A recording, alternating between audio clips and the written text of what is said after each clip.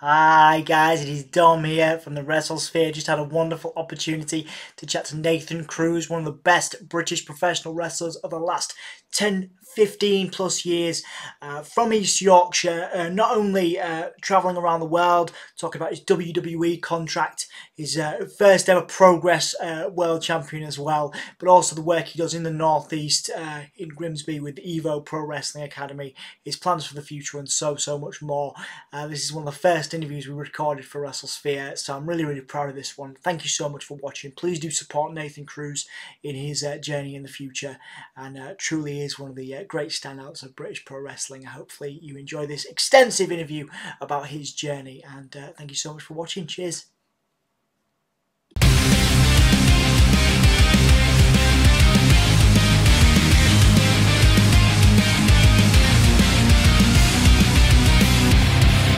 It's been a couple of years since we last talked, Nathan, and I got a lot of respect for your journey. You have worked very hard for a very long time.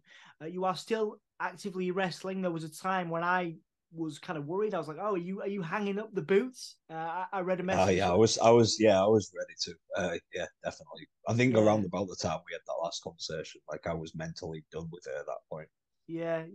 And I read a message on your social media, which was quite beautiful, and it was looking back at your career, and looking back at what you've done, and kind of referencing what a wonderful bunch of opportunities you've had, and I thought it was Mm. really cool. So I kind of wanted to, this is about checking in as much as it's about Yeah, kind of recapping some of the best moments of your which I career. appreciate, by the way. Thank you. Like, Oh no, no. it's important to check in on people. Like, It it really is. is. It is. And I've watched you, we'll talk a little bit about your collecting and stuff because I love those videos over lockdown and all that other stuff that you Yeah. were doing as well. I think it's fantastic. Um, but yeah, I mean, to start off, like I say, I read that message. You shared about the year you had and how difficult you'd found it. It's an intense industry. You're traveling all the time. Obviously, you have had stints in America. You've wrestled all over the world for companies, across the board, your WWEs, your NGWs, of course, here in East Yorkshire, and you've had a great level of success, Progress World Champion, all that stuff. So, I mean, reflecting on that as we hit, the first week of 2023, how are Mm. you feeling? How are you feeling going into this year? Yeah, it's a completely different mindset to what I've ever had, Mm, if I'm completely honest, because like I'm so happy at the moment, like with how my life is. Do you know what I mean? Like, don't get me wrong, there's always going to be elements that you're going to look to improve. And in this country at the moment, I think everybody's feeling the financial crunch, right? That's the part that I'm trying to take care of. But like, and there's other things in your life that just, I don't know, I've kind of, they've taken precedent now over wrestling. Which is, and that's all I've ever really focused on is just obsessing about getting to that. But that obviously sent me to a bad place as well, obsessing over that. And so yeah, everything's so good now, and I I've got a couple things lined up for this year that I'm aware of that I'm not allowed to talk about, but I know they're going to be huge, like, and they're going to be really big. And in particular, like one of them, like I think, like I said to my fiance Gemma, I said I think after that, like anything that happens in wrestling after that is just going to be a bonus. Like it'll be so cool to do that and mean so much to me that I think like everything else will just be such a cool little bonus after it. But yeah, the main thing is just that I still want to continue to just do a good job at what I do. Like I know that people what they expect to see when they see Nathan Cruz in the matches that I do, and likewise because of like you just mentioned, like I've had quite a good career over those 16 years and achieved a few things. I don't want to ever let my opponents down or the audience down. So like I think that's like my big thing now is just I just want to be happy in doing what I'm doing and yeah, just continue with that. Like that's the main thing. If I can continue to just enjoy doing this and everybody still continue to enjoy either work with me or watching me, then I'm good. Do you know what I mean? But there's always Japan would be nice. I've always said let's do that before I finish altogether. And so yeah, but yeah, like I said, I'm just happy and I'm very focused on like I say these two big matches in particular that I'm like so I think you actually everyone knows about the John Morrison one already. Yeah. I think that's been announced, It's so I in can talk Lincoln. about It's that in one. Lincoln, Yeah, right? Yeah, yeah, yeah, Lincoln. for 1PW. Yes, Yeah, yeah, yeah. February 18th. That's awesome. And Um, you've got Joseph Connors as well coming up, right? Too. I think there's yeah, some. the end of this month, like that will be my first one of this year because that's 2 weeks over Christmas where I became a bit of a fat ass. It's what Like it's I was for, like, man. I'm relaxing. It's Like what it's I've for. never really like fully relaxed for 2 weeks like that. Well, I have done, I suppose, I've done like 2020 Christmas, Mm, but like yeah, like I've just been able to just fully like completely go. And you've earned it. Do you know what I mean? Because I'd still been wrestling so much and still mm. being very busy with my jobs and that. So yeah, it was nice to just take 2 weeks completely off, and then I got asked to do a show on the 14th, and I was like. I've definitely got my tax return to do before then as well, so that's Yeah, probably going to be one of my weekends. So yeah, I purposely geared it towards that, and yeah, I'm very excited for that because yeah, that's just Joe's one of them good old storytellers, and absolutely. I appreciate that, and I'm looking forward to telling a story with him. Yeah, I've seen some of the promos you've been doing. Again, you're telling us a story of, and I guess this is the whole point, the character and the storytelling of wrestling. You're in a happy place personally, Mm. and but your character certainly seems like you're not. Seems like you've got a chip on your Yeah, shoulder. Is that by design? 100%. Like I think it's Are you just more content? Sorry, I'm I sorry to might be stop you for. no, no, I might be schizophrenic. I feel like it's a split personality, like, but it is me addressing that. Like that was pretty much how I was at Mm, one point. Like I was that miserable, and then that was the voice in my head constantly. mm, You know, I could put on a persona and put on a brave face, but the voice in my head was, "You had it, you failed. You had it, you failed. You're a failure. It ain't gonna get any better. Look at it now. It's all falling apart." And they'd just hear that over. Do you know what I mean? So and it would always be kind of like a joke. Do you know what I mean? Like in my head of like, oh well, if you didn't fail that blood pressure test, that would always be in my head at some point. Like just general conversations where you'd be like, yeah, my life would be different. My life would have been different or whatever. So there mm, was at the time, like I was really trying to process that myself because like mm, I'd never really had chance to since mm, that had happened. I just put my boots back on, carried on going to work. I just kind of struggle with it when I got home, and I have periodic moments where I would get out of it and I feel really good. mm, Like WOS, and like it gives you something to focus your ambition and your energy into. But when that goes away, like I'd always just come back to being obsessed about that and obsessed about mm, that and obsessing that I fell short. So my way of kind of starting to deal with that over lockdown, and then when I was starting to feel like, oh, I want to come back to wrestling, but and I want to wrestle. I need to get that first match out of the way with, which was with Ricky Knight Jr. and we had an incredible main event.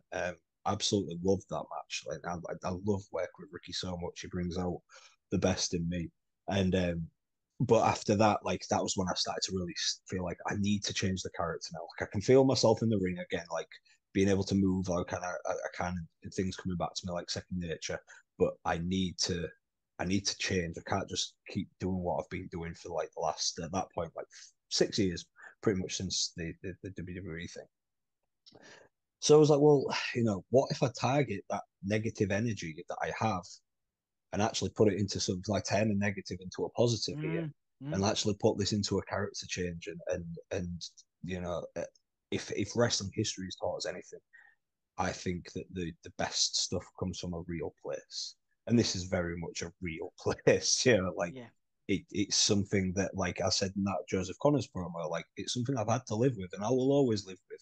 There will always be those periods in my head where I will always be like, and as happy as I am, and as grateful as I am for everything I have in my Mm, life, like there will always be that itch because like that's what I wanted and I mm, had it. You know what I mean? But like mm. when I was last in the States, a good friend said to me, it was like, if you can hang your hat on the fact that you Saw trusted that. in yourself, yeah. He said like you trusted in yourself, you believed in yourself, and you were good enough to get offered that contract. Like you can hang your hat on that. Like, and that did it maybe, and coming from who that person was, it was like, wow, okay, well, if you're saying that, like, yeah, maybe I did do something right, and maybe I should be a lot more grateful for the fact that, even though I haven't been able to return home with all this money that I thought I'd end up making from wrestling, I've not been able to bring that home to Gemma. She has still stood by me, and she has supported me, particularly over the last couple of years when things have Mm, been rough. mm. And I'm so lucky and blessed to have that in my life. I'm so lucky and blessed to have this adorable little beagle called Pepper, who's staring at me on the sofa right now, Amazing, and my amazing. friendship circle, who are like family to me. Like, Mm. and they've really, over the last couple of years in particular, like, show me how much they are my family and how lucky I am to have that. I'm getting teary eyed thinking of it now Ah, because that do it. Yeah. it's overcome. It's helped me now look at this like solely see this now as a character. You get Mm. what I mean? Like Yeah, I that do. was I was believing in that, and now I know how to turn it on. And that was a bad part of my ego, Yeah. but egos can be useful, and that can be useful. That character can be Mm. useful. I can I can like now you know what I mean. Like it doesn't matter whatever situation that character's in. It's a joke. It's all just yeah, but it's all pointless. It's Right. all pointless because I'm this good anyways. I've always been this good.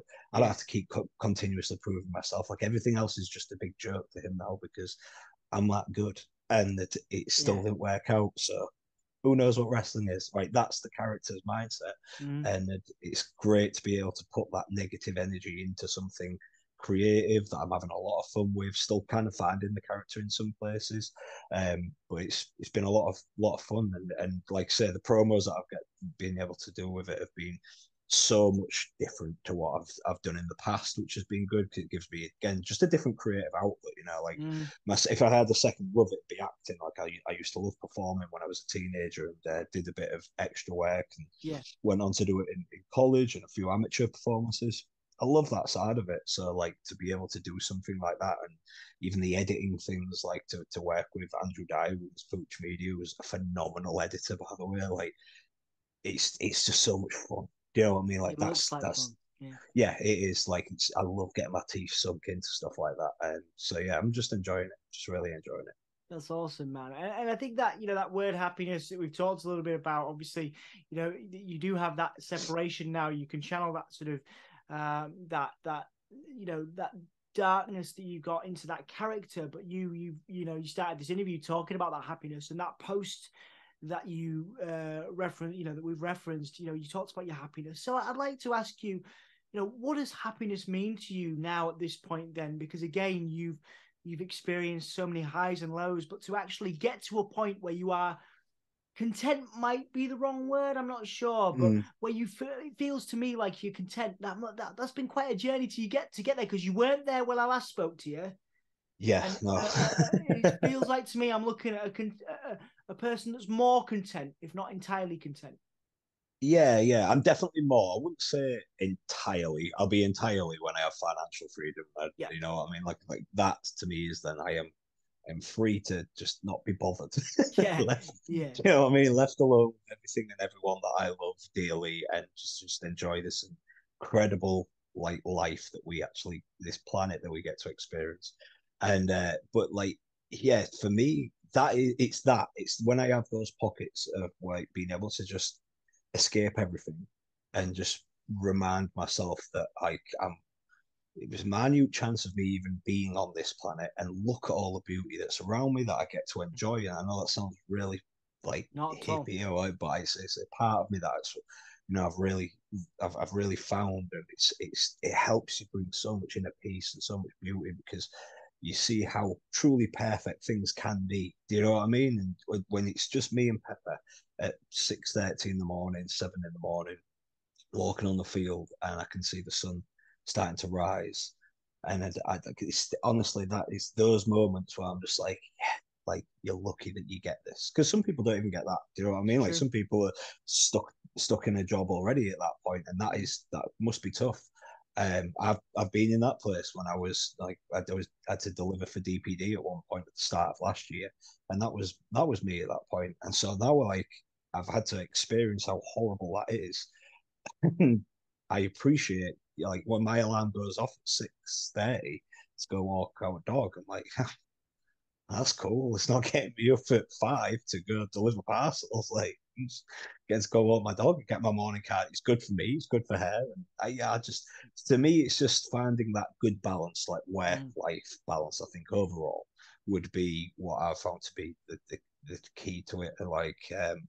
And like my weekends, I always try to keep busy if I'm not wrestling, like still keep busy, but in like a personal aspect. Mm. It's like Sundays were like at home, particularly like in October.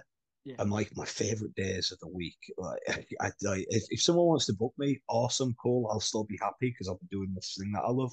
But if I get to stay home that day, like our Sundays are normal. We will wake up, go get coffee from Starbucks, and me and Gemma meet up with Andrew Dye, who runs Pooch Media, and his wife and their kids, and we walk around the park there. Then we go see my parents, have lunch with them, go have lunch. Sunday dinner with Gem's mum, and then I get home in time for the NFL to see the Jets lose. So Yeah. an amazing Sunday. Do you know what I mean? Like, where I put in the time to see my friends and the family, and I just taking time to be with Gemma and do the things that we enjoy. And that means so much to me as well, that I get to, either way, the either outcome of that, I'm happy because I'll be either in the car with probably Robbie X, who I love like a brother, Yeah. or I'll be and then getting to do the thing that I'm most passionate about in the world, which is Mm-hmm. pro wrestling. Mm-hmm. No doubt have a lot of laughs, and then get home feeling incredibly rewarded and come home to Pepper and Gemma, or I get to spend time with all my friends and family and the people that I love the most on earth. So, I mean, Dude. win-win situation, right? That's Yeah, that's man. what that to me is the perfect thing. And like I said, my day job still involves wrestling to some Yeah. degree.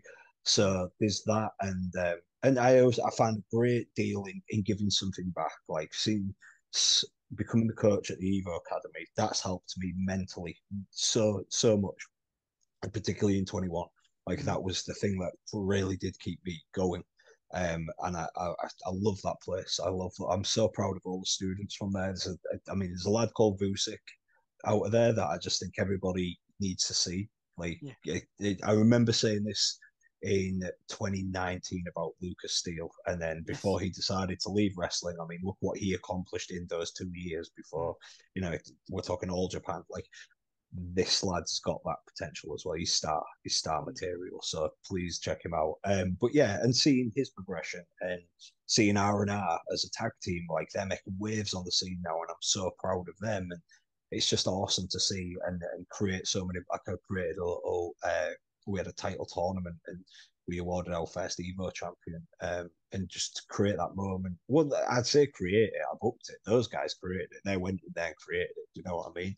Mm. Hardman Dan was our first Evo champion. But again, because he'd earned it as well. Like it was nothing. Like I wasn't just doing it just because like I was rewarding hard work that I'd clearly seen being put in, and that was awesome. Like those are rewards that I'd never experienced before. And as a coach now, and again, one person I'd be missed if I didn't say it is Scotty Rourke. Yes. Hell, to see how much he's come on in the last year, and how many people have come to me and said, "Hey," and I'm like, yeah, like I'm immensely proud of him. Like he's really good, isn't he? Yeah. He's just it's to see that and see how busy they're getting and seeing, especially the younger lads who have never, they're experienced stuff that I've experienced, but to see it through their eyes for the first time is Mm. amazing. Like it's such a thrill, and it's a thing that I never thought I'd like. Yeah, it's just been really cool. It's never That's something I really visioned myself doing. Yeah, man, I'm so excited. I'm so excited for the future for you, and I will talk about the Evo stuff in a minute. I did want to sort of call back because obviously you mentioned some of the matches you've got. You mentioned the job you have now, still working in wrestling. Mm. And I asked you this question last time, and I'm gonna because it's 2 years. 2 years is a long time.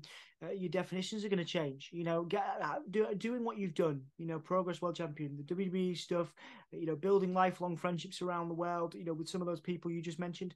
How do you define success now? What does that mean to you in 2023 Uh, compared to what it did when we first had a conversation?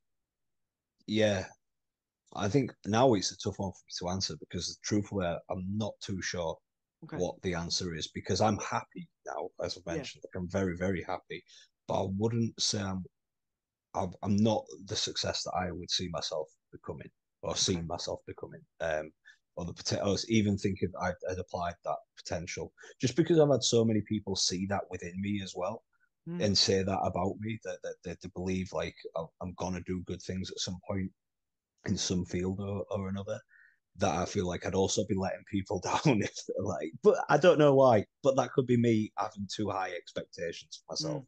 I don't know. Like this, you know what I mean? Like when yeah. yeah, I don't know yet. I don't know what the answer is, but like a good friend, I'll mention his name. Cash Wheeler. Yeah. To me, is Dan. I think he's even got that on Twitter now. Um, so like Dan, he said to me recently, like, if the true success is if you can be happy with the body of work that you've produced, and like you said, like if you're feeling proud of that, like that's the main thing, man. If you're proud of what you've done, and I am proud, 100% I'm proud, but I think that I feel that there's always going to be that little itch to do something more. I think Yeah. I don't know, but at the same, I'm not. I don't know. I'm very conflicted with that one at the moment Okay. because Okay. again, like there's days where I'm laying on that sofa there with Pepper and Jem, like might be Sunday morning before we set off to Starbucks, and I've just got like Jem in my arm here, Pepper across my lap, and then like say I can look up pictures and I can look up and like pictures of like all my friends from wrestling, like me, Matty, Andy, Dan, and and I'm like, yeah, life's been awesome. Like you're Yeah, so dude. lucky. You're so Yeah, lucky. man. And that's so then I feel success. You know what I mean? Like in those moments I feel successful. But then there'll be the reminder of you've got to get up and go to work tomorrow and you've got to do this. I think to me, again, it might go back to that financial freedom thing. I Mm, think it might get to that point where like I can do whatever I want any day of the week. yeah. Like I think to me that might be success. Yeah. Like when I have that much free, and it's not like I'm doing it in a means where, like, okay, yeah, you can do anything you want, but you've had to compromise now when you live in a caravan or something. Not there's anything Yeah. wrong with that. Like I Yeah. aren't judging people who do that. No. More respect to you, but we have an abundance of stuff, and we just like the space of the house or whatever, I guess. Yeah. But yeah, like I'd like to I'd like to get to that point. I reckon where it is just like almost like yeah, I've seen it. I've kind of experienced it in the past when I had my wrestling contract for Yeah. NGW those 3 years, where unless I was which again I was going to work, I was going to wrestle, so amazing, and yeah, for all those years I worked for All Star, was may have struggled, but at the same time, I didn't have that many responsibilities above my head, so I Mm, kind of have experienced that throughout like my 20s. So I think like this might be like if I can get to the end of my 30s, early 40s, and achieve that financial freedom, I think mm. then I'll be like, okay, yeah, now you've made it. Like this is cool. You've done all that cool stuff in wrestling, and now you've taken care of your family, and now you can be here for them as well, and we Yeah. can go and enjoy what's left of the world before we ruin it with climate Yeah. change. Yeah, man. I mean, obviously, this isn't about me, but I think there's a really interesting, sort of statement there. Obviously, you're talking about, all the things you've done, but man, you've changed people's lives. The students at the Evo, Evo Wrestling Academy. You've been able to travel the world there. I think there's some real beauty in that, and I know that you kind of probably think, oh well, yeah, again, financial stability and all that. I understand that, but that's a societal pressure that we've kind of been Mm, conditioned is the financial thing. But actually, if you look at like what it looks like to anybody seeing you from Hull, for example, from Hull, East Yorkshire, traveling around the world and knocking down doors that previously 10 years ago, 20 years ago when we were younger, people from Hull didn't go and have wrestling matches in different parts of the country, or didn't get a WWE, you didn't get to WWE, or didn't. And I will mention this obviously, off air. We mentioned your job, researching for a WWE game, and I think there's a real beauty in that, because you are now, as you were then, and you will continue to change people's perceptions of what's possible for people from East Yorkshire, and I guess way beyond that. You know what I mean? You're a mm. world beater, mate, and you're doing it, and Yeah, you're doing it from East Yorkshire, and that to kids growing up in this area, and where you're teaching in say Grimsby, that's invaluable, mate. That's an invaluable gift that you can give to someone, saying like, you know, they see you and they go, I mean, pardon my, I nearly swore at you. They see you and they go, man, maybe I can do that. And they see, Scotty Rock, and they see these people you're referencing there, and they go, yeah, man, that's possible. Whereas that hasn't always been the way, and mm, and you have paved the way, in my opinion, and I'm only one person, and we're going to get back to you because this is about you. in my opinion, you've paved the way from people from this area, from the north of England, to change the world, and the perception of wrestlers and what's possible from from Hull and beyond. That's what I think anyway. So I think you're very successful, is what I'm trying to say. But obviously, I'm not in your brain, so it's Oh man, honestly, yeah, but hearing stuff like that, yeah, dude, thank you yeah, so man. much. Like honestly, like because then again, I don't. Maybe that's it. I just don't look at it always like that, and maybe I should. Like earlier this year, Andrew Dowd just Pooch Media. He made a 16-year like highlight video for me, and he asked me to get some videos from my friends in it. So what was really cool is like obviously he edited that together, and he could only use snippets of it.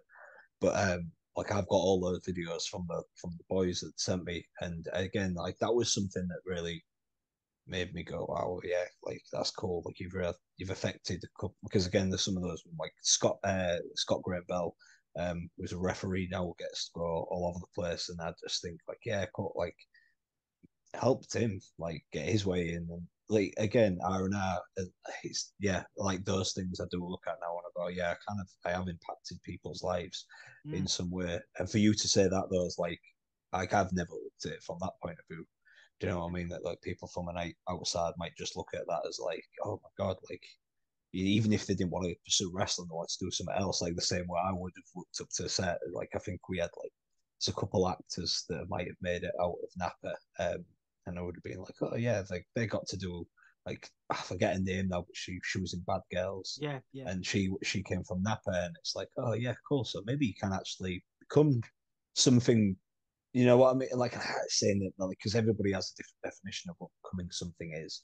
You know, but like to me, like being in entertainment, that was it for me. Like I have Mm. always wanted to be in entertainment, Mm. and in particular, obviously, sports entertainment. Yes. But yeah, to me, like seeing that on the TV was always like, oh, so yeah, you can actually be from Hull and maybe make it onto the TV. And for you to now say that like some people might actually, yeah, I've never really Oh, thought they of it like do. that before. They Yeah. do. Like I say, your name crops up in conversations all the time, and it's about it's and it's difficult for you day to day. I understand. Mm. You're living it. You're going to work and stuff, but you're still working in wrestling. You're still working Mm-hmm. in that medium, but you're living it, and but you're not on the outside, so you don't see, as I would do, the impact that you have. People watching your matches, people like you mentioned, obviously your friends there, Cash, Dax, those people internationally that still care about you, that think about you, which means you're not a dickhead. You know what I mean? You've got all these wonderful things going for you, man. And I think it's just maybe just changing your perspective on stuff, man, and going, well, Mm. actually, hang on. I've been doing this for a long time. I've traveled the world. I've coached. We're gonna move on to the Evo Wrestling Academy in a second. I've coached people, and you'll never see, quite the impact you have on them, because they might not tell you. Do you know what I mean? They might Mm. just get on with their lives and do their own thing, and you'll see them, succeed or whatever, and you'll get it then. But like, people don't always say, how much you've impacted. So I just wanted to be like, from my experience as someone that's watched your matches and someone that's kind of, seen what you've done, like your experiences will change people's perceptions on a national scale, and internationally, on what's possible for someone from Hull and someone from even the UK, because you've done a lot of cool stuff, man. So I don't know, just sit with that if you can, because Yeah. Thank you. there's Honestly. something to be really proud of there, I think. And talking about being proud, talking about what you've been able to do. You are obviously coaching at the Evo Wrestling Academy alongside your games research work, which I think is super cool. What are the three lessons then, as a former Progress champion, as someone that has, again, traveled around the world and has these, friends and colleagues and connections that are doing other amazing things like yourself in the wrestling industry? What are the three lessons you give to those young people, and you would give to any young person, on getting your foot in the door in the industry, and also keeping it there? Because like I say, you've kept your foot firmly, you've booted the door down, and you've kept your foot, through the door for for a long time now. You didn't, and even when things got tough, and you could have quit, and you could have gone, and there was like we'll maybe talk about that in a second. You didn't. So, what are the three key tips you give to any young person who is looking for that motivation when they come to the Evo Wrestling Academy? Develop good habits. I think that's the unwritten key to success. If you can develop good habits, they'll just become they'll practice immense discipline, Yeah. which you need, and then B, you will find that everything else will just fall in place for you. It just happens like that. When I was, like I said, when I was young, because you're doing things so different to everybody else at that age as well. When you are developing those good habits, like it makes you focus on it more. Like when you become an adult, there's more people like my age now who I know are trying to develop good habits and things like that. But when I was, say, 18, 17, like Matt Myers is, I basically grew up with him. So he's like closest thing to like a blood brother I've had since I was a kid. And he'd tell you the same. Like when he got to that age, he was happy to start going out drinking and laying in and what's for your breakfast and pickled onion space raiders, Matty. That doesn't seem right. You were training to be wrestlers here. And as where I would be the one who would like, okay, well, I'm up at this time to go for my jog, and then I'm gonna come back and eat 8 whole eggs because Rampage Brown told me to, and 150 grams of oats or whatever it was. Do you know what I mean? Like I was so committed to being like absolutely like tunneled in on that, and you might say there can be detriments to it, but I honestly don't think that there is, because everybody else who I've met that's been like that, and like Cash will be one of them. Like look, and he's kept those good habits going. Like look at where he's gone. Do you know what I mean? Like anybody who truly does focus on developing those good habits, at like waking up at this time and eating because I have to at this time, and whatever it might be. Do you know what I mean? Like those are my good habits. Those are what help my routine. But whatever it might be, especially like I say, especially towards wrestling, start developing them as early as you can, because it's only going to get easier, and you're just going to see the benefits around you because of it. And just I shouldn't ever have to ask a wrestling student to watch wrestling, but like absorb as much of it as you possibly can, and not just from the present. Sorry, look to the past a lot. Like everybody does. Do you know what I mean? Like everybody who's good at this job has always looked at what has been done and then built on that further. But obviously, don't take your eye off what's happening currently, because at the same time as you've got to honour how good the stuff in the past was, you also have to be ahead of the curve somehow. It's the trickiest thing in the world, and don't take yourself too seriously. Like you do to a degree, 100%. Like don't make a fool of yourself, or even worse, our industry. But you also remember you are in the entertainment industry. Like if you want to go be a legitimate like grappler, go do MMA, go do go compete in the Olympics, or well, at least train at that level. Do you know what I mean? Like if that's your aspiration, go do those things. Go do mat wrestling.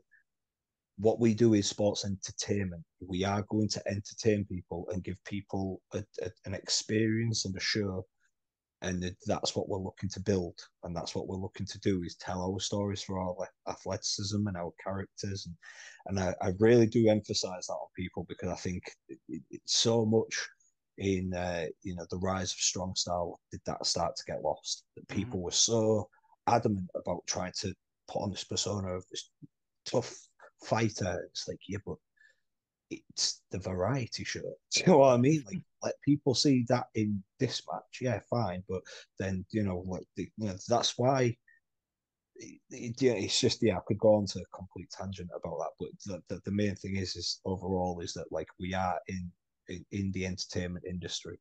If people wanted to just go see people get leathered, they'd go watch boxing, they'd go watch MMA, they'd go watch kickboxing. They're not going to come to professional wrestling for that. They come to professional wrestling to see professional wrestling. So give them some entertainment. You know what I mean? And I really do emphasize that with a lot of my students and anybody who, for that matter, who comes to me for advice or ask them to watch their matches back. Yeah, yeah. So it's that kind of practical application that you're hammering home there. You know, the research, isn't it? It's doing the research as much as possible. Yeah, Yeah, exactly. Yeah. yeah, yeah. I think there's, again, there's a real beauty in that, and obviously in education, hopefully for any young wrestling fan or any wrestling students that do watch this. And again, well done. What is a typical day like for you then? There at the academy, what will you do? How do you sort of start your days at the Evo Wrestling Academy? And there probably isn't a typical day, is there? Well, yeah, it always depends. So I take the advanced class, which is Wednesday evening, and we train from 7 till 10 p.m. You're always welcome if you like. We say advanced, so we say like people who are actively wrestling on the independents or are about to make their first show appearance. Um, but yeah, so I'll take the advanced class there, and it's just I kind of look at first of all, like I always ask who we have, and I kind of cater to the class at like, okay, this person is lacking this. Maybe they could work with them. That'll help with this. So then, what would the structure of the lesson be? What can the lesson and the overall takeaway be? Mm-hmm. But is that going to be good for everybody? It's kind of that. It's just like that juggling cycle of it.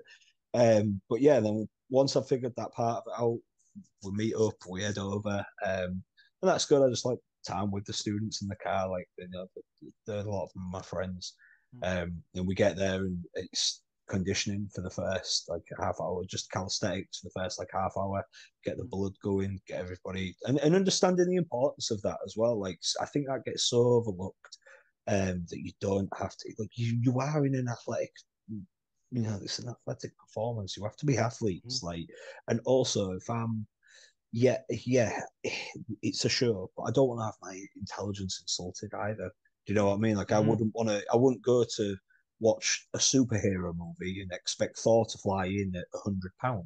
What's going on here? Do you know what I mean? Like, it's part of to me it's always been part of your job, Yeah. like to take and more than anything, take care of yourself. Like you're getting slammed about, like bones break easy without muscles surrounding them, so get some muscle surrounding them to keep, and particularly your neck anyway, different subject. Yeah, no, um it's good. It's good to know. It's good. yeah, Good. but it is right. So yeah, we do calisthenics for about half hour, and then I'll move on to in ring drills.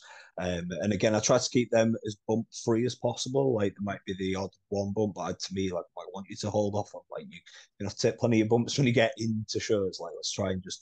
But again, I always try to make them practical as to moving around the ring and how you may have to use that within a wrestling match. Sticks has got a school in Nottingham, Mm-hmm. and I think he's so good for coming up with those type of drills. Like I've been to one of his sessions, and a few of my students were training with him before we opened up in Grimsby, and he's got some absolutely amazing drills. So big shout out to Sticks there because he's kind of helped me. Like when I've seen his, it's kind of helped me kind of formulate some after that. But yeah, and then we'll move on to like what that lesson subject is. So like whether it may be like okay how I feel like it's best to convey your story at the start of the match and get people invested into what you're about to do or whatever it might be. And I'll kind of set them that task, and they have to come up with it, do a very short match where I can see that, and I'll talk to them about the psychology of it and breakdown, and then I'll go through like just nitpicking things of like, okay, so we need to tighten up this strike, or Mm-hmm. this didn't look convincing enough, or you're selling at the start is too. Do you know what I mean? Like it's stuff Yeah. that like wrestling fans would never probably look like you don't see it because it's done so well by professionals. But like when you're first starting out, you may see those on some of those student shows where like there's something off, and wrestling fans might not always be able to tell. But Yeah. I've been blessed to have done this for 16 years, as you've mentioned, in 1,824 matches. So I kind of know what to look for Yeah. at this point, and I'm like, okay, so I can help them with that. But again, it goes back to just being so rewarding that when they do get on shows, like I don't hear any bad reviews. I can just hear people going, "Oh yeah, yeah," like or even if they are like you can see the point that they're not there yet, but the potential's 100% there. Like it's Mm-hmm. pretty much what I always get about my students, and it is because I do expect such a high standard. Like Yeah. I am guilty of holding people back if I don't think they're ready yet. I'll fully Right. say that. Like I'll say no, you need to hold off. is where there's certain places that will just, well, you're paying to, we'll put you on the Mhm. show for free. Yeah, I see. I see. So yeah, you've got the quality. It's the quality control, isn't it? Yeah, You're and it's safety as well. Like yes. you shouldn't rush people onto it because if they're not ready, I mean, God, I saw one clip of somebody trying to do the Undertaker's leg drop on the apron, Yeah. and he just sat onto the person's face, almost broke the neck. Oh, And he was somebody who did train with me for a bit, and I said, like, no, you're not ready. Went right. somewhere else. They told him you weren't ready, so then he went to this other place. It's like, well, so what I was, this is what I was saying. You know what I mean? Like, Yeah. I am quite strict at that, and but it's just because like I don't ever want anyone saying like, oh, one of Nathan's students almost broke somebody's neck. I Yeah. never want that on my conscience because it's No. never been on my conscience for my own wrestling career. Like I've never put anybody in that. I've never harmed anybody on a serious injury like that ever. Mm. Again, touch wood, don't ever want that to happen. But it's nice to. I don't ever want that being on my conscience from one of my students either. Like, Cruz taught me, and you've broke somebody's neck. Yeah. That'd be like something I'd still carry. You know what I mean? Even if though it would be out of my control, I guess. Yeah. But it Yeah. is in my control by being so strict about who I let onto shows and stuff like Yeah, that, I guess. yeah, and I know, So I'm yeah. sure people do appreciate that the work ethic there. And I do want to talk about Yeah. that. I've got about 4 more questions to ask you. I mean, I could go on for hours, mate, and Oh, I don't mind. Like I've got a good bit of time here tonight. oh, bless you. Well, certainly, I do want to, talk about again that work ethic that you've had. There's a question that I've been asking, musicians and wrestlers, since we last spoke, and it's another odd, word associated with success, and that is the idea of legacy.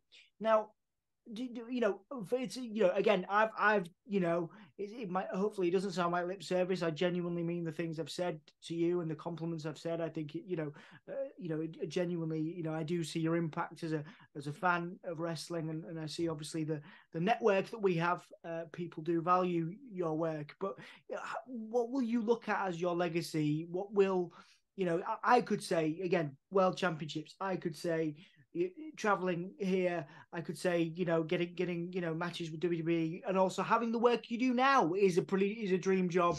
Doing games research for WWE is a dream job in itself. So that's me going, well, that's a cool legacy to have. But what will you look at? Will it be the wrestling school? Will it be helping establish NGW? What will you look as your look back at when you are done as your legacy in the business? With wrestling, I think to me, I'm always so proud of creating new fans. Like Mm, that's something that I've always been quite big on. Like if wrestling fans have bought the tickets or wanted to get people to buy the tickets, so it's like there was one review I had for a Hope show because just to give an example, it mm, isn't always kids nagging the parents to go. So I was going to go to that one, which is just as true. Like I like I see that all the time that it's clearly they're there for the kids, but who's the ones parting with the money? Who's the ones that might go to the water cooler the next day at work and say, hey, that show wasn't actually that bad. We're going to go next time it's in town. Why don't you come along? Your little Johnny might like it. mm, And then mm. everybody makes more money. That's why it's called a wrestling business. But yeah, anyway, besides the point, the other people, that isn't always the case. So there was a review of a Hope show that I did, I think in like 2017, maybe 18. I was against Brady Phillips, and a guy had brought his girlfriend there, and he was a big wrestling fan, and this was her first independent wrestling show. Like she'd only ever seen WWE on TV, and he said like first two matches went by, she was kind of disinterested on her phone, and he was like, "Oh no, this is going badly." And then Yeah. he said, and I'll never. I think I've even got it saved somewhere because I'd not seen someone sent it saying, "Hey, this is kind of cool," and then I read it, and it just said that was until Nathan Cruz came out. And then just the way I focus so much on my character and how that character used to walk and look at people. Mm. And apparently, before I even got into the ring, she'd have turned to her boyfriend. I was like, well, this guy's a prick. And I was Yeah. like, okay, yes. And Yes. then I did a little in ring promo, and she was like, apparently, like, standing. And then the match Yeah. carries on. Brady starts beating my ass about. And she apparently jumped out of her seat, smash him. And Yeah. I'm like, to me, that's the best thing that I can have. And the same, like when I remember there was one from Progress, they'd said about all the favorite villains on the shows, but said the only one that makes me want to physically get out of my seat and assault them is Nathan Cruz. I'm Yeah, like, but great, like, do you know what I done your mean? Like, job. You've done your yeah, job. I've done Yeah. my job as a bad guy. Like, that is what I'm going for. And if I can do that just by a look and don't get like that isn't something that's easy or it just happens by mistake. Like I thought about this and it does, but that those are the biggest compliments to me. And I think that overall that may be what I'd want my legacy to be is that I was believable in everything that I Mm, did. Like you mm, believed entirely that what I was doing in there, whether I was a good guy, bad guy, whatever it is, you believed in that and that I made you feel something. You know, yeah. like that's the biggest thing. Like if you can connect with people on an emotional level through the performance that you do in there, that to me is the biggest takeaway of all because that's what lives with people forever because it's lived with me from my heroes and people that I watched. And I think of why I cried so much during the Undertaker's Hall of Fame speech because he was I when I was a kid he was the guy. When I was 10 years old and decided I wanted to be a pro wrestler, it was because I saw him at WrestleMania 17 in his hometown looking out at all those people.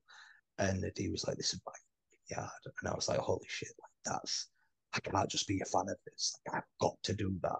He Mm, made me feel that at 10 years old, he triggered something like my destiny for like my next, at least at that point, like my next 20 years of my life, yeah. right?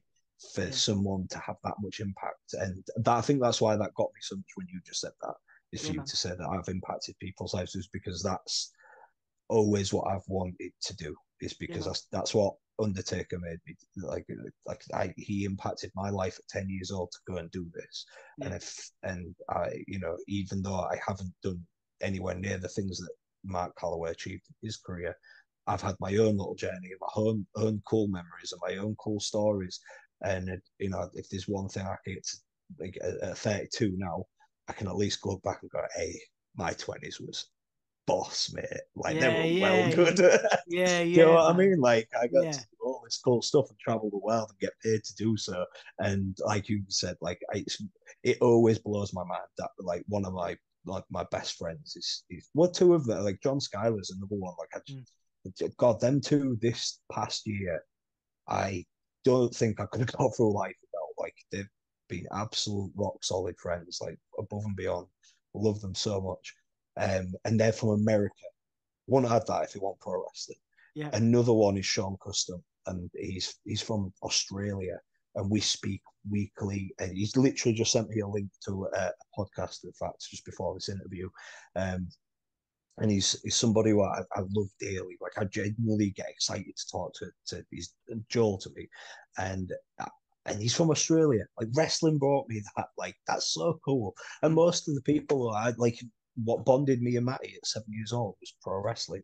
mm, Andy, who again, I've mentioned consistently throughout this, like another one was like a brother to me, and it's like yeah, like wrestling was the original thing that bonded us. Like there's so much of my life, like I wouldn't have gone, or maybe I would have done because I always had a thing for entertaining, but I wanted to go to college to do acting because I knew it was going to help me with wrestling. mm, And at college is where I met Gemma. So like this, you know what I mean? Like without pro wrestling, my life would be so different. It yeah. really would. And so yeah, like to leave a legacy like that, the way you really could say, like somebody else could look back and go, well, wrestling changed my life so much, and I got into wrestling because of Nathan Cruz. Like Yeah, man. that would be huge. That would be yeah. I think that'd be like the thing. Like maybe that's success. When I'm old and I read an article and somebody else has said that about me, and I could just close the book, and take the glasses off. Yeah, yeah. Yeah, have your moment. Yeah, man. I Yeah, love that. And honestly, like I say, I hope that you get to see that one day because again, that's just the nature of the beast, and I guess how we grew up with like we don't always say what we feel and emotions and whatever. But like I think that I do see, at least in a small way, as a wrestling fan, your name does get brought up in conversations as people that have changed people's perceptions of what is possible for others. And obviously, but I'd like, my hope is that one day you actually see that and hear that. I'll have it written down and yeah. you can have that as a moment I for yourself. I think it's just because I think I'll always want that one moment in that huge venue as well. Do you know what I Yeah, mean? yeah, yeah, yeah, A Tokyo, anything like that. Like I always want. Oh, who didn't want to go to WrestleMania if you get into wrestling? If you get into wrestling and you don't really want to wrestle WrestleMania, you're probably lying to yourself or you don't love it. yeah, yeah, It's true, right? Do you know yeah, what I mean? Like, or at least like something to that level. Like, if maybe you just don't like WWE, so yeah, Wrestle Kingdom, right, or something like that.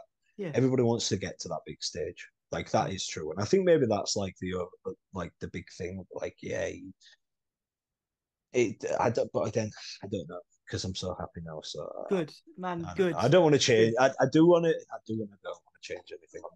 I don't want this to change at the moment. I don't and anything to interfere. Like I'd like to do that, but if it would interfere with this happiness, then Yeah, yeah.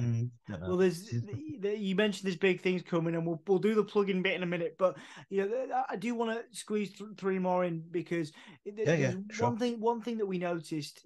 Certainly last time I spoke to you was that you're a great example of people that have taken knockbacks. Now, I know there was I know that was your character doing that promo, but I really felt when you were talking about you know the pain Mm. and the struggling that you went through when you had the opportunity to do the things that you had, and it didn't work out for you. But then you've since gone and again completely changed the game and changed your life around and continue to travel the world, continue to wrestle and thrive. But people stop and they give up, and that's their thing. And I'm not saying that they're wrong to do that. I'm not saying that that's that might be their thing. But speaking to you changed a lot of things for me because I also went through that sort of identity thing when I've been able to travel and I shouldn't be doing this or I should be doing that. There was a conversation with you and a conversation with Tom Latimer as well, who basically he's in NWA now, but he Mm. obviously been through his own struggles too. Yeah, it's a friend of mine, Tom. Yeah, yeah. He used to be in the Yorkshire car, me, Rampage Brown, him and Nice Colossus. one, man. No, Nice one. that was the small one there. Yeah, he's a good lad. Yeah, we've kept in touch since we chatted. He's a legend. But yeah, my point is, I wanted to ask you this, and I hope you. It's not to put you back in that space, but I think one of the things that translates from wrestling and entertainment is there's a lot of people that they pedestal entertainment. They want to work in they want to work as a sports entertainer. They want to perform. They want to act. And when when that doesn't happen for them, they think, oh, I'm not good enough. Or I'm never going to get. There are people now that probably are almost definitely are pedestaling you and going, I am never going to work for I'm never going to teach other people. I'm never going to work for this company. I'm never going to have been to America and done all the things you've done. And I wonder what you would say to those people who, who have been through those knockbacks. Maybe they've thought, as you did, oh, yeah, a crisis of confidence, if you will. They've had the opportunities and they've for whatever reason it didn't work out for them, and then they're feeling it, man. I mean, you know what I mean. Oh You know yeah. what I'm saying? Because there's people out there that really work really hard, but it doesn't work out for them. But like you said in that promo, you can, and also you said in this interview, you can. It's just taking that negative and turning it around. And but I don't want to sort of, again, it's not about Mm. me. So what would you say to anybody that's maybe going through that or been through that and maybe thinks, oh, I'm not good enough. I failed. I did that. Tried my best and it didn't work out, so I'm not good enough. What would you say to anybody in that mindset right now? Michael Jordan got cut from his college basketball team. Yeah, Do you know what I mean? Like it's things like that yeah, it might and again, something Dan told me is it might not happen how you want it to happen or how you visioned it. But if you still put in the work and you still believe in yourself and truly believe that it will happen, it'll happen for you. You might just have to be more patient, and that sucks. And but the other thing is like for me, the big thing when I needed a break from wrestling. Maybe that mm, might be it. Maybe whatever it is that's upsetting you right now, you need a break from. yeah, Doesn't mean that it's goodbye or whatever. It just you need to separate yourself from that situation to kind of focus on your own mental health because what I needed to do. Like I needed to get away from wrestling for a bit, like, and actually address what happened with me not making it to the WWE because of the blood pressure thing, right? So, and then when you kind of feel like you're getting past that now, right? Then look at what the source was. Is this a source of happiness, Mm, or is this a source of the pain overall? mm, Because if it's the source of the pain overall, then it's time to put it to rest and progress on to the next thing and think of like what is that. And if you don't, and don't get me wrong, that's something like you. If you ask me now, like what else do you want to do besides wrestling? I'd still wouldn't have the answer. I'd still be stuck for an answer because I just love it so much that there's nothing on earth that I can really vision myself other than rescuing dogs. Probably, I think that might be the only other thing that I could enjoy as much. yeah. But even then, like I'd be engulfed in rage in anybody who harms a dog. But yeah, it's it's a tough one as well because it's so It's personal. It's yeah, so personal. Like I know what worked for me, and I know what helped me, and made me get to the point of I was like, yeah, wrestling makes me happy. Like being out there in front of that crowd and making sure they're enjoying themselves. I get a thrill, and maybe I just get a thrill off being an entertainer in general. mm-hmm. Like I say, I enjoyed acting. I love like we man and Gemma's Christmas parties amongst our friends used to be a thing of legend in our 20s because pride ourselves on being a good host. When I like all that, I've got this back garden that I pond and things like that, and a bar and that. But as much as I was designing that for myself and Gemma, Mm, I was also bearing in mind like this, I want to hosting this for my friends as well, and this will be mm, cool for them. Like I think I always think like that. mm. Same with doing our Christmas decorations and stuff. I'm always wired thinking like that. Yeah, So maybe that is why I love wrestling so much is because that is my quick way out to do that. Right, that's all I yeah, can go and give people good experiences is through this beautiful art that I love. And I think yeah, that was it for me. Was that focusing on that wrestling overall, doing the actual matches, just focus on when you're wrestling, and you'll be happy. Just yeah, that's all you do. You don't need to focus on when you do it, and especially now where I can appreciate what I've got at home.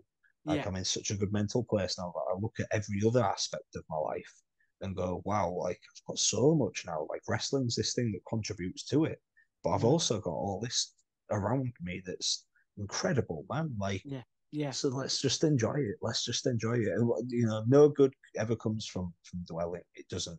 And again, it's not easy to get out of because yeah, I've been there again. I just before I went to America, and God bless Dan for offering me a chance to go there and clear my head.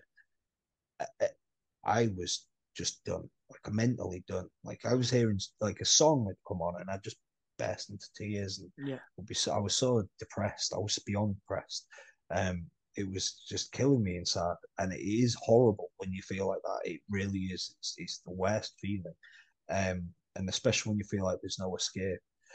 But when you can, and like I say, for me, getting that opportunity to escape to America and yeah, and have the experience that I did out there to and really focus. Like I had work while I was there, so I'd focus on like I won't lay in. Like I have to wake up early, I have to make my own breakfast, and crack on with this hard graft. It's 35 degrees Celsius out there, and you're landscaping up and down these hills, and there's snakes, and it yeah, is what it is. But then I was going to the gym, and then allowing time for me to cut my and then clean up, and then and this is the time that I relax on the front porch, and this is what time I'm going to call Gemma, and again, building those good habits, yeah, that got me into a very good headspace where, and then because I would have these evenings in North Carolina, sat on the front porch of this cabin that I was staying in, yeah, just looking up at the cricket, the stars, just listening to the crickets and the frogs.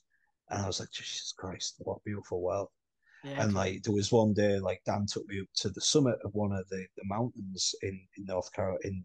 It's called Old Fort, this Mm, beautiful town, mm, and it's got this huge like up in the Blue Ridge Parkway Mountains. yeah. Oh my God! Like I saw it and I just Stunning, mate. welled up. Yeah, Yeah, I just literally welled up because I'd never seen something so breathtaking, yeah, beautiful. Like and just it just the sun just kind of was just finished setting. And there's eagles. Ah man, I just was like, oh, good God, it's mate. beautiful, man. It's beautiful. And again, it's having that moment to then, because in those moments you forget about the stress, you forget Yes, about of what's course. getting you down, and then when when you can really forget about it is when you become practical about solving the problem. Yeah, And that's yeah, what that was it. Like all that escape that I had out there, and Gemma coming out there and us exploring it and her seeing how beautiful it is out there as well. Like all of that was me then being able to go. I, what was getting me down? Right, I'm going back. I don't really want to go back to DPD. Let's get something motion here. Yeah. That's when I reached out about the Starbucks management job, and I reached out about our local internet kickoff. I was going to go be installing that. Like, okay, I've applied for a bunch of jobs. I've been proactive about it. Not going back to that one. Let's try and whatever job it is, let's be practical. Let's mm, apply 100% effort here because like we've got to move on. Regardless, you have yeah, to move on there. Like life can't stop. Jim can't carry on struggling. Like you're gonna have to step up here, and becoming proactive with yourself like that helps. You've got to get into that mindset 100%. Like mm, you have to, but like I say, I think the big part of that is getting yourself into a situation where you're stress free first, because then you yeah, will stress about that situation. You'll look yeah, at a much more practical approach. yeah, And that's exactly what I did. And the end result was I got offered both those jobs mentioned and the job that did come in doing researching for a WWE game, which I'm like, wow, okay, I get to stay at home with that job as well, and still walk my dog and go to the gym, and like, yeah, okay, right, I'm in it. I've landed on my feet here, and that came. I genuinely believe in like it's just the law of attraction, right? yeah, And yeah, I genuinely believe in that, like because that was it. Like I was in such a positive mindset when I came back from America after having that break. But yeah. again, like, and I've gone on a long story here, but that's because Nah, I've man, again, when I've it's gone back good. to it being, well, it's like I said, going back to it being so personal.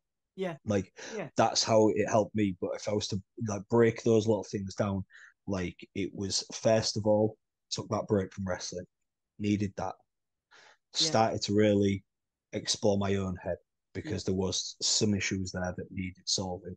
yeah, Um, Probably a couple of things that I can't talk about on here that yeah, I highly recommend to certain people though, if you're in that situation. I do and I don't recommend it. Just be safe about it. mm, Um, and then after that, it was that escape, like getting that escape to go away and clear my head of all stress, and again, see what and it give me an extra rush. Like I got to see Dan John, and like I've not seen them in like 2 to 3 years. Like yeah, again, people that I just love, I genuinely love. Like yeah, I was just so in a good place once I got there, and it helps put all that stuff aside. It yeah, really does, and that's when you can be proactive about your what your problem is and move on. But and again, and always don't get too hard on yourself if you do have a day where that starts to creep back. yeah, You know what I mean? Like I've had days since we've come back from America where there would be that little niggling thing in the back of your head. Do you know what I mean? Like it's never yeah, gonna fully go, yeah, but it's how you then deal with it. So then it'll come back, and I'll be like, yeah, but and it might just be a case that I just for 5 or 10 minutes step away from my laptop, and hmm, I'll just go sit on the sofa and scratch pepper and go, get to do this, and I'm still getting paid at work. So yeah, it's not too bad, is it? And then, yeah, and then I'll go back to work, carry on. Or it could be a case of, all right, well, let's go to the gym. Let's do something about it. yeah, Don't sit here dwelling on it because that's never going to solve the problem. You never want to be looking back and say it's something you did. That's the yes, one thing. Like going back to yeah, what Dave said to me, he said, like, you can hang your hat on the fact that you were good enough to get on or offered that, and that's because like I can't look back at any of those things that over those 10 years to me get on and offered that WWE contract and say there was nothing that I did that I shouldn't. There's nothing I didn't do that I should have done. I did yeah, everything. I yeah, did it like everything they wanted me to do. I did it. Got joined All Star, got on the full time team, progressed, learned from my veterans, tried to travel the world as much as I could. Everything that they get in shape, like you name it, what they asked me to do, I did it, and that's why they offered me that contract in 2016. yeah, The blood pressure issue was just out of my control. yeah, So then, once you can accept that as well, I fully accept that. I've got a prayer that's around my necklace. I've got a necklace, sorry, with a prayer on it that says, like, please, Lord, Lord grant me the serenity to accept the things that I cannot change. He Yeah, said the strength to the strength to change the things that I can, and the wisdom to know the difference. yeah, Right. So, but that's the main thing. Like, I can't change that. If that was out of my control, there's nothing I can. I mean, I've changed that since. Like, I'm not yeah, question under control now, but that was at that time period. And more so than anything, I just wanted to get that under control for my own health. Do you know what I yeah, mean? Like, yeah. it's my own life. I didn't want that lingering over me. No, New Year's lifestyle changes that I had to make on that and stuff, but it is what it is. But yeah, just it's a long personal journey, and reach out to people. of course. That's the if you are in Yeah. that at the moment, God, don't don't dwell on it. And I know it's difficult. Mm, I was so guilty of that. Like, and I probably did it in ways that my friends, like my close friends, could identify that I was reaching out in mm, that way. But mm. I was too afraid to say it like that. Do you know what I mean? Like, Yeah, but they could probably tell, and that's why they was in contact with me so much, and like, you know, making so much time to call FaceTime with me once a week and things, just things like that with their schedule didn't have to do, but did, yeah, and it meant the world to me. And I yeah. look back at it now, I'm immensely grateful for it. And yeah, like, yeah, I think that's the thing is if you can be brave enough to tell people, you know, hey, I need just an hour. Do you know what I Yeah, mean? Get an yeah. hour where you can with people, because it will help you. It That's 100% will help you.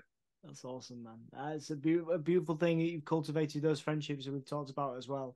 And again, testament to the strength of those friendships too, man. So that is awesome, and I think there's a lot of good lessons in there for people. I always find chatting with you, obviously it's supposed to be wrestling theme, but it goes much deeper than that, and I love that. And there's one of my last questions before we do the plugging bit. Okay. And I also want to hear how your collecting is going as well. Yeah, yeah, cool. Is the biggest lesson that you yourself have learned, and that could be wrestling wise or otherwise, and who did you learn it from? It's actually that necklace may be the most prominent thing that you have that you carry with you every day, but a piece of advice or knowledge that you carry with you every day, and not that you live by, but you hold it, in your awareness, and you're like, yeah, that's really good. And yeah, so who did that come from, and what was the piece of advice that you got? Could be wrestling related or otherwise. Well, it came from a wrestler about wrestling at the time, but and I've said this to him since. His name's Frankie Sloan. Mm-hmm. It's very applicable to life. And he said yes when I said that. He was like, oh, yeah. Like, so in that lesson, I'll give you the little story behind it. Mm, I joined All Star Wrestling in 2010. At that point, I'd only been wrestling 4 years. Frankie went there that first year. He came back in the 2011. So at that point, what I've wrestled 5 years. He'd been wrestling, I think 20, mm, maybe more at that point. Anyways, he has a match at Bognor, and I was watching it because I want to learn from a veteran. Comes mm, back, and I said, "Oh, it was good that Frank. I really enjoyed it." And he said, "All right, what do you think to it?" And asked me yeah, for like my feedback. I was like, yeah, "Frank, what can I tell you?" Like, if you've been around this long. He was like, "Yeah, but you've," and he explained, like, he was like, "You're from a different generation, so right. you might look at things differently to how I perceive them." Mm-hmm. And I said, you know what? I never even thought of it like that. He said, "You'll never stop learning, Shirley. Don't forget." There's a whole different reason Yeah, why he used to call me Shirley. Like, it's a story in itself. But yeah, he said, "You'll never stop learning, Shirley. Don't ever think you won't." right. And it stuck with me forever. Like, and Yeah, I think back to that all the time. Like, yeah, like, you don't stop learning. yeah, Whether that be in wrestling, like, you never stop mm-hmm. learning, or in life, like, you never stop. Like, I think how much I've learned over the last like just month or so since I've discovered the Huberman podcast, right?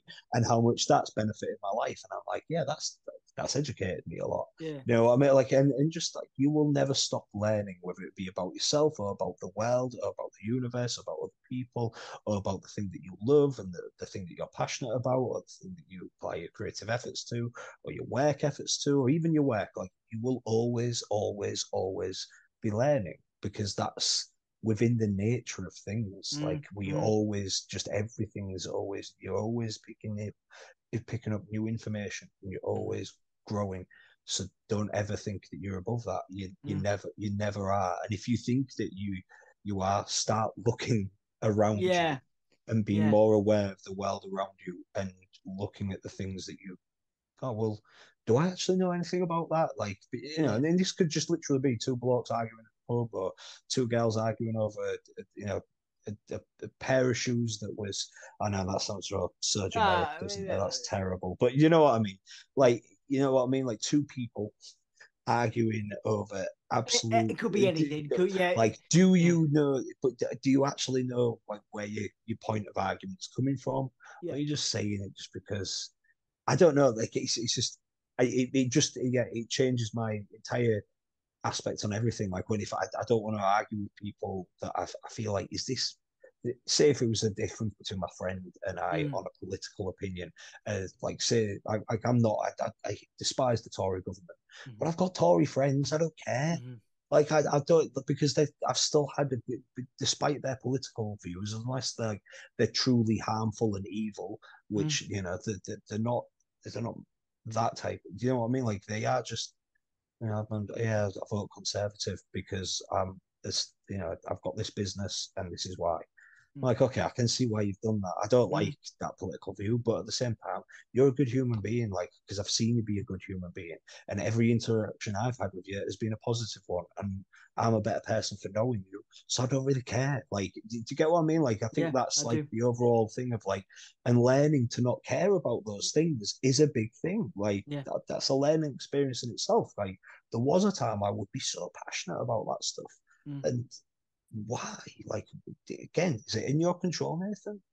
Yeah. That's Probably it. not. That's Like, it. Yeah, do you know what I mean? Like, you can yeah, try and say, okay, like, I disagree with that because of this reason, and here's my point of view. But hey, if that yeah, changed your opinion, cool. If your opinion doesn't change my opinion, cool. yeah. Who's getting the next round?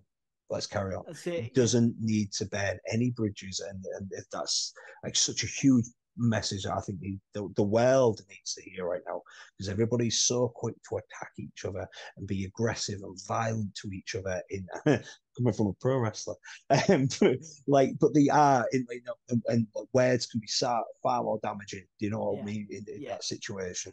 yeah, And then any professional wrestling match can ever convert.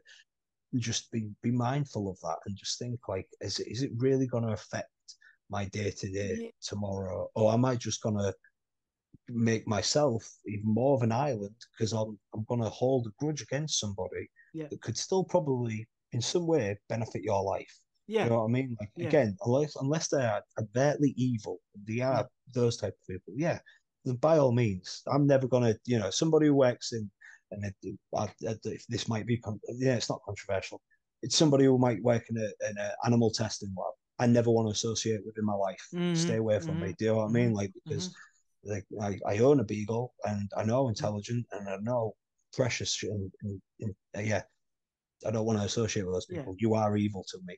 yeah, But again, like I'm never going to go out of my way to get into a conversation with them to tell them how evil. I'll just sign every petition I can to shut down their industry, yeah, and that's that. It's just one of them things that like there's no reason in the grand scheme of things of a little arguments that I've seen so many people escalate and to really attack yeah. and I was thinking, nah, Yeah, no, yeah, it's I've learning gone on a it. massive No, no, tangent there, sorry, it's but yeah, learning you'll and never having stop empathy. learning. Yeah, I'll never stop learning to shut up.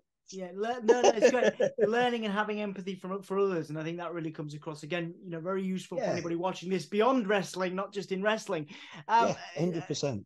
Nice segue to beyond wrestling. One of the things I loved about over lockdown and what you were doing, and I didn't know you had such a large toy collection, man. Do you still collect your toys and stuff? I Like, do you do. still Yeah, doing yeah, that? Yeah, that's yeah. It's awesome, like, man. yeah. Earlier today, I was up there and I had to got a couple bits for Christmas. So I was just extending a shelf to get a Oh, cool awesome. little burning Godzilla in there and put up a few.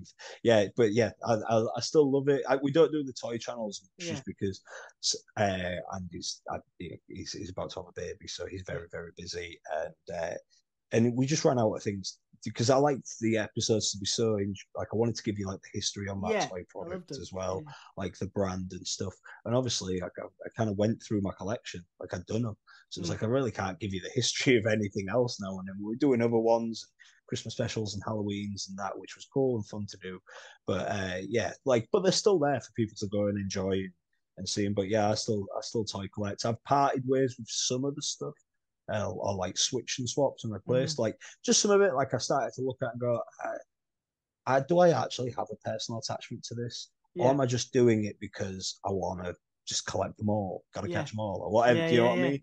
Yeah. So like I started parting ways with some stuff where I was just like, okay, like I don't need Iceman from the X-Men collection. I just as long as I've got like the main X-Men from it, which I still need a Professor X from that original 1993 Toy Biz collection. If I have the original X-Men and I have like the main three villains that I remember as a child, that's cool. Do you know what I Yeah. mean? So I started selling off some of the other stuff. And yeah, just parting ways with a few little bits and bobs out of there. But overall, like, and because I was running out of space as well. There's a lot of stuff in there. But it's awesome. And it's just one of them things like it might sound childish, but I don't Not at care. Like all. I think it's like a big thing that's like I think it's important to stay in touch with a part of your inner child and don't ever lose that innocence and that joy and that wonder because I whenever you're agree. down, it can make you happy again. Like that'll you'll you know like for to me to be able to just sometimes go in there and just brush my teeth, just look around, Mm. or just take 10 minutes before bed and just look around it and it not be a materialistic thing, but more of a nostalgia trip and then like hey, cool. This is awesome. This is Yeah, man. sweet. And again, it's in those moments I think like where I can sit around, I can have those moments and appreciate again, and I don't look at it as like, hey, you've bought all this stuff. I look at it now and go, how did my mum manage to get me that? Yeah. How did do you know knowing like how much she struggled back then? Like my parents when I was younger, like their financial situation was like there's a point in my dad's life he had a really bad shoulder injury and he was a bricklayer. So Right. you can imagine how it impacted our family. And so now for me, a lot of that is like just that sometimes it is just that appreciation of just Mm. being like, hey, cool, like you know, even though you've built on that, right? Like your mum managed to get you this, and I don't know how Yes. she did it, and I don't know how. Like it is just like a little appreciation at times to go in there and just remember that stuff. And then she still buys me things for that toy room to this day. She got me a Beautiful. yeah, she got me a well called Mecha King Ghidorah for Christmas this Nice. year. I was like, ah, mum, I Awesome. wanted this since I was like 10. Sick, thank Awesome. you. Beautiful. I love it. I love it, man. That's uh, great. Awesome. Great way to close out the chat. Obviously, want to do a bit of plugging. For we mentioned obviously some of the matches you've got, coming up. Obviously, you'll continue collecting and you'll continue changing people's lives at the Evo Pro Wrestling Academy. But obviously, that's me saying that stuff again. Don't want to put words in your mouth. What would you like to plug and promote? Is there anything you feel like I might have missed that you want to share and plug before we finish up today, Nathan? well, yeah, you can follow me on Instagram at Nathan_Cruz90. It's the same on Twitter, but that's somebody else managing that for me because I can't be bothered with that. It's on YouTube. He is a channel, but I think it's pretty like it's pretty quiet and he's updated. And I need somebody to go on there so that I'm not the most tech savvy person, okay, and I don't want to be. So I need someone to go sort that Yeah. channel out. But yeah, the Evo Academy. So that's yeah, I love teaching. I love being able to give something back. And it isn't just like I say we have weekly students, but it isn't just those people. Like anybody who's wrestling on the scene, you're always welcome. I'm more than happy to help anybody who wants help. We recently had because Alexis Falcon's originally from Hull, right? So she was home for Christmas and she wanted to come train with us, and that's it's so to me that's rewarding to know somebody who is doing so well as she is on the scene appreciates my opinion as much as she did. And yeah, like everybody's welcome to those sessions. Like if I can help you or you think I can help you in any way, shape, or form, please come join us. It's the Evo Wrestling Academy. It's in Grimsby every Wednesday, 7 till 10. And yeah, I'd love to work with anybody who's wanting to look for developing their wrestling ability. Other than that, yeah, my next match is January 29th for Wrestle Carnival against Joseph Connors. Very much looking forward to that one, really am. Mm. If you want to check out a promo leading up to that, I've just posted one on my Yeah. Instagram, which I've Nice already one. promoted, right? So yeah, I think that's about it. February 18th. Be stupid if I didn't mention that. Obviously, it's 1PW, me versus John Morrison, which is pretty cool. Like that's yeah, like I don't get about like names or anything like that, Yeah, but just from a wrestler standpoint, like I have so much respect and yeah, admiration for his ability and his not yeah, just as just as a wrestler, but for me, he has managed to maintain the entire professional wrestler package yeah. He's for great. Yeah. almost 20 years now. I think it has. He's Mhm. been around, and I just think, wow, like he always looks the part. He's always very charismatic. He's always entertaining. He's incredibly athletic. He's an incredible in-ring wrestler. I Mhm. just, yeah, like for me as a professional who admires professionals Yeah. who've put that in for as long as they have, I'm excited for that one. I No, really am. So that's at the Engine Shed in Lincoln for 1PW on February 18th, which John Schuyler's on, I nice admit, one. as well. Yeah. So go check him Yeah, out. spend some time with friends, have a banger of a match. Yeah, absolutely, Yeah. man. Honestly, mate, I could talk to you for hours. I love catching up with you. I'm just gonna. The only reason I'm going is so I can get some dinner. But Yeah. No, honestly, sorry, mate. I'm Yeah, I didn't gonna. know you was waiting for your dinner. Honestly, mate. Honestly, it's so much. I get so much joy out of it. Let's catch up soon. And thank you so much for sharing so much with me tonight. I really appreciate it.